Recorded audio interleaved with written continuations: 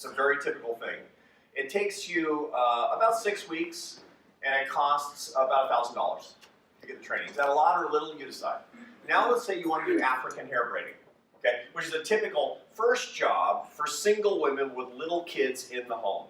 Single moms with little kids in the home in marginalized parts of Washington, D.C. To do that, you need a license, just like a realtor, but the license requires 46 weeks of education, and it costs $16,000 to get it. That, my friends, is discrimination against poor people. Same in Rhode Island. I mean, this is the same almost all over the. There's some places like the Institute for Justice brought a case for hair braiding against the Cosmetology Association, which is a cartel making it impossible for people to break in Utah, and won. And now you can braid hair with no caustic chemicals, nothing. I mean, it's super safe, and basically it's a way to keep poor people out of markets, right? So that's the key thing. And by the way, it's not government that's doing it. The government will allow this to happen. The problem are crony capitalists. They're organizations, they're trade organizations that represent people who are already in an industry trying to keep other people out of the industry to get rid of competition. Two kinds of people in the world.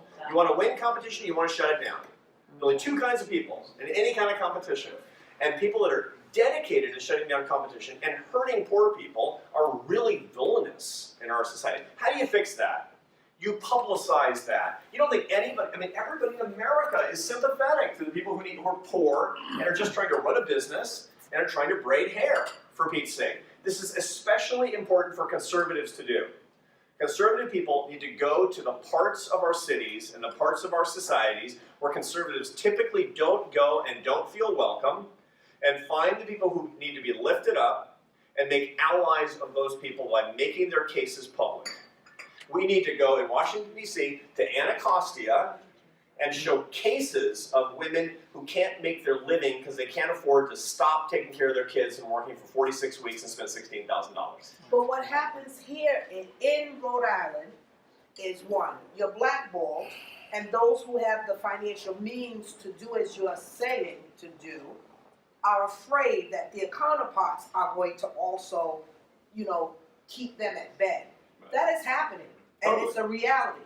Sure, absolutely, and that's why organizations like this one and mine and any other organization of people who are dedicated to the principles of freedom, free people, prosperity actually need to make the case directly to the American people, and we need more public interest law firms that are taking suits to the cartels.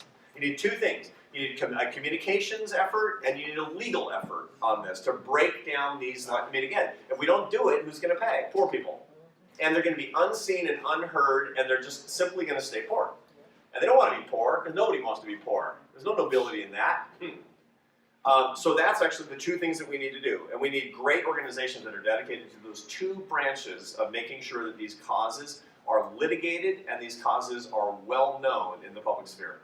Let me just God follow bless up you on for that. 2 weeks from tomorrow or Thursday, I haven't picked the date, there's going to be a hair braid, they're calling themselves Freedom Braiders, great name. They're going to be assembling at the State House the 24th or the 25th. Institute for Justice is helping us. In fact, the speaker from the Institute for Justice, I can't think of his name offhand, but he's a guy who has actually helped instigate some of those lawsuits in other states. So we will have the communications piece, and we're going to be investigating the legal piece.